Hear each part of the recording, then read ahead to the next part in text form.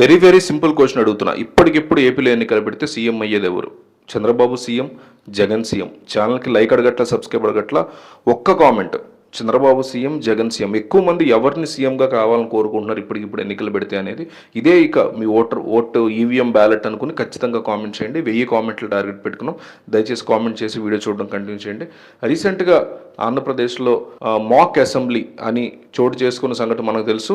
అయితే దీని కూడా రాజకీయ చర్చకి దారితీస్తోంది అనే మాట ఎక్కువగా వినిపిస్తుంది. అంటే ఈ మాక్ అసెంబ్లీలో చంద్రబాబు నాయుడు పాలన, రాజకీయ విధానాల మీద విద్యార్థులు అనుకునేటటువంటి తీరు, ప్రశ్నల వర్షం కురిపించినటువంటి విధానం, ఇవన్నీ కూడా వీడియోల రూపంలో వైరల్ అవడంతో వైఎస్ జగన్మోహన్ రెడ్డి అలాగే ఆయన సతీమణి వైఎస్ భారతిరెడ్డి ఈ మాక్ అసెంబ్లీని టీవీలో చాలా జాగ్రత్తగా లోతుగా వాళ్ళిద్దరూ గమనించారు అనే మాట వినిపిస్తుంది. వాళ్ళు అబ్జర్వ్ చేశారు దీన్ని జాగ్రత్తగా టీవీలో అని కూడా చెప్తున్నారు. ఎందుకంటే సాధారణంగా విద్యార్థుల యొక్క నమూనా అసెంబ్లీ కేవలం విద్యాపరమైనటువంటి అంశాలకు మాత్రమే పరిమితం అవుతుంది. కానీ ఈ నమూనా అసెంబ్లీలో విద్యార్థులు నేరుగా ముఖ్యమంత్రి పాత్రను ప్రశ్నించడం, తాత్కాలిక మంత్రివర్గ పనితీరు గురించి నిలదీయడం, ఇవన్నీ చూసిన తర్వాత క్షేత్రస్థాయిలో ప్రజల మనోభావాలు బలంగా ఉన్నాయి కదా, వైఎస్ జగన్ గాని వైఎస్ భారతిరెడ్డి ఇది చూసి అర్థం చేసుకున్నారు అని వైసీపీ నాయకత్వం చెప్తున్నటువంటి మాట.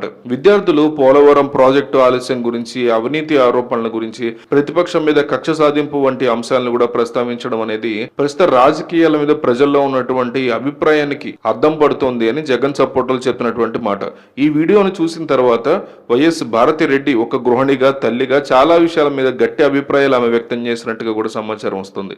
పిల్లల మనసుల్లో కూడా రాజకీయాల పట్ల ఇంతటి వ్యతిరేకత నెలకొని ఉంది అంటే సామాన్యులు, తల్లిదండ్రులు ప్రభుత్వం మీద ఎంత ఆగ్రహంతో ఉన్నారో అర్థం చేసుకోవాలి కదా అని ఆమె అంతర్గత సమావేశాల్లో కూడా వ్యాఖ్యానించారు అని వైఎస్ఆర్సీపీ వర్గాలు చెప్తున్నటువంటి మాట. ఇదంతా పిల్లలకి కేవలం స్కీమ్స్ గురించి మాత్రమే చెప్పే అవకాశం లేకుండా విమర్శలకి తావిచ్చేలాగా ప్రభుత్వం వ్యవహరిస్తోందని, ఇది భవిష్యత్తుకి ప్రమాదకరమని ఆమె భావించినట్టుగా జగన్ సపోర్టర్లు చెప్తున్నమాట.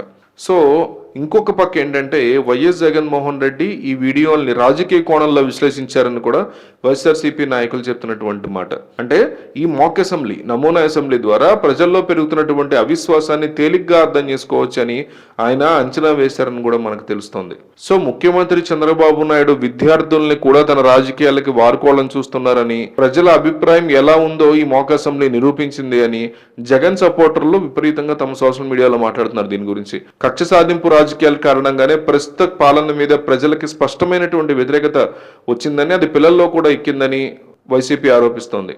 ఈ సంఘటన వైఎస్ జగన్కి పెద్ద సానుకూల సంఘటనగా మారే అవకాశం ఎక్కువగా కనిపిస్తోందని వైసీపీ దీని గురించి చెప్పుకొస్తోంది.